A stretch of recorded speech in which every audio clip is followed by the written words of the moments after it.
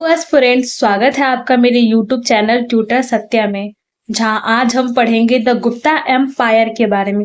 तो देखिए, गुप्ता डायनेस्टी जो है, हमने इसके बारे में पढ़ना प्रीवियस वीडियो में ही स्टार्ट कर दिया था।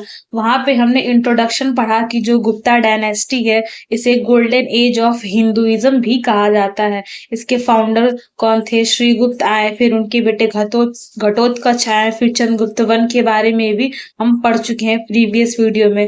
तो आप पहले प्रीवियस वीडियो को देख के आइए। तो हमारे भारत के इतिहास में एक ऐसे सम्राट हुए जिनकी अपनी तलवार से उत्तर से दक्षिण तक धरती को एक कर दिया, जिसने न सिर्फ युद्ध जीते बल्कि दिल भी जीते। वो था भारत का नेपोलियन कहलाने वाला सम्राट समुद्रगुप्त। आज के इस वीडियो में जानेंगे समुद्रगुप्त का शासन, उनकी विजयों की कहानी, उनका प्रशासन और क्यों उसे गुप्त साम्राज्य का सबसे महान राजा कहा गया। तो चलिए शुरू करते हैं गुप्त काल के स्वर्ण युग की सबसे चमकदार कहानी, समुद्रगुप्त की गौरव गाथा। अगर आपको मेरी वीडियोस पसंद आती है तो प्लीज लाइक एंड सब्सक्राइब जरूर करें। बिना देरी की वीडियो को स्टार्ट करते हैं। तो बेसिकली हम समुद्रगुप्त के टाइम पीरियड की बात कर ले तो वो 335 से 380 एडी है। Samudragupta the son and successor of Chandragupta प्रथम एंड कुमार देवी। जो समुद्रगुप्त थे वो चंद्रगुप्त प्रथम और कुमार देवी के बेटे थे, और चंद्रगुप्त प्रथम के वो सक्सेसर भी है। The most powerful ruler of Gupta dynasty. जो ये गुप्ता डायनेस्टी थी उसके सबसे पावरफुल, सबसे महान राजा समुद्रगुप्त को माना जाता है, और वी.एस. स्मिथ के द्वारा इन्हें नेपोलियन ऑफ इंडिया की उपाधि भी दी गई है। वी.एस. स्मिथ ने उनकी बहादुरी और उनकी विशाल जीत को देखते हुए उन्हें नेपोलियन ऑफ इंडिया का टाइटल दिया है। सब लोगों के मन में एक सवाल होगा कि समुद्रगुप्त के बारे में हमें इतना सब कैसे पता है। तो चलिए इसके बारे में भी जानते हैं। समुद्रगुप्त ने कौन कौन से एरिया को, कौन कौन से देशों को, कौन कौन से लोगों को अपने अंडर किया था, ये सब जानकारी हमें इलाहाबाद पिलर इंस्क्रिप्शन में मिलती है। इलाहाबाद पिलर इंस्क्रिप्शन में हमें समुद्रगुप्त को धर्म प्रचार बंधु के नाम से भी जानते हैं, और इलाहाबाद पिलर को प्रयाग प्रशस्ति के नाम से भी जानते हैं, जिसे हरिसेन द्वारा कंपोज किया गया था, जो कि राज्य कवि थे गुप्ता एम्पायर के। अब आइए हम गुप्ता एम्पायर के एडमिनिस्ट्रेशन के बारे में भी देखते हैं। बहुत सारे बच्चों को एक बात में कंफ्यूजन हो जाती है कि समुद्रगुप्त के बारे में हमें कहाँ से इंफॉर्मेशन मिली और चंद्रगुप्त के बारे में हमें कहाँ से इंफॉर्मेशन मिली। तो मैं आपको एक क्रिस्टल क्लियर कर देती हूँ कि समुद्रगुप्त के बारे में हमें इलाहाबाद पिलर यानी कि प्रयाग प्रशस्ति से पता चलता है, और जो चंद्रगुप्त प्रथम थे उनके बारे में हमें मेहरौली पिलर इंस्क्रिप्शन से पता चलता है। तो ये भूलिएगा नहीं, ये बहुत सारे इंपॉर्टेंट एग्जाम्स में पूछे जाते हैं। Samudragupta followed monarchial government with centralised power. Samudragupta के टाइम पीरियड पे भी मोनार्कियल सिस्टम ऑफ गवर्नमेंट था, जिसमें सारी की सारी पावर राजा के पास होती है। He assisted by council of minister, provincial governors and local officials. Basically उस टाइम पे भी मंत्री परिषद, प्रांतीय राज्यपालों और स्थानीय अधिकारियों द्वारा मदद लेकर राजा अपना जो था डिसीजन लेते थे। जैसे कि हम एग्जाम्पल के तौर पे आज का इंडिया का ले लेते हैं, जैसे सारी पावर सेंट्रल गवर्नमेंट के पास होती है, वैसा भी उस टाइम पीरियड पे भी ऐसा ही था। He divided the empire into bhuktis, vishayas and gramas. उस टाइम पीरियड पे भी साम्राज्य को भुक्ति, विषय और ग्राम में विभाजित किया गया है, और वैसे ही आज के टाइम पीरियड में भी सेम ऐसा ही चला आता है।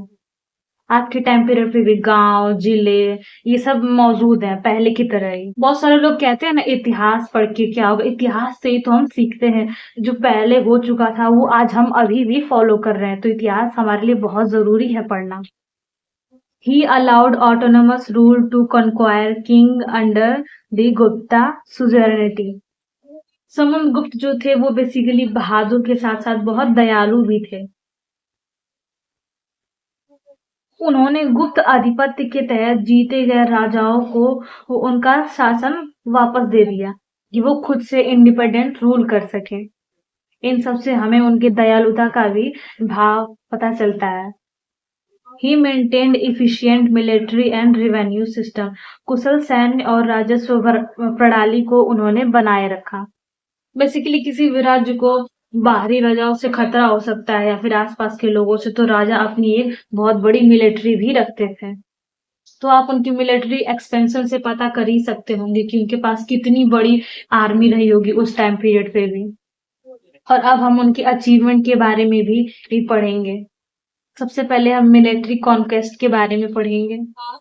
He extended empire from Himalaya to Narmada and Bengal to West India. Samudragupta ने अपने साम्राज्य का विस्तार हिमालय से नर्मदा और बंगाल से पश्चिम भारत तक विस्तार किया। अगर बेसिकली हम उनके टाइटल की बात करें तो महाराजा धीराज, पराक्रमांक, अश्वमेध पराक्रम, सर्वव्रज औचिता जैसी उपाधियों से उन्हें नवाजा गया। गोल्ड कॉइन जिसे दिनार्स भी कहते हैं। तो उन्हें बहुत से प्रकार के सिक्के चलाए, तो देखते हैं गरुड़ प्रकार के, धनुर्धारी, अश्वमेध, व्याघ्र, वीणा वादन, इतने सारे टाइप के उन्होंने सोने के सिक्के जारी किए। सोसाइटी और इकोनॉमी के बारे में पढ़ेंगे, यानी समाज और अर्थव्यवस्था उस टाइम पीरियड पे कैसी थी, इसको हम पढ़ेंगे। Peaceful and prosperous society flourished agriculture and trade.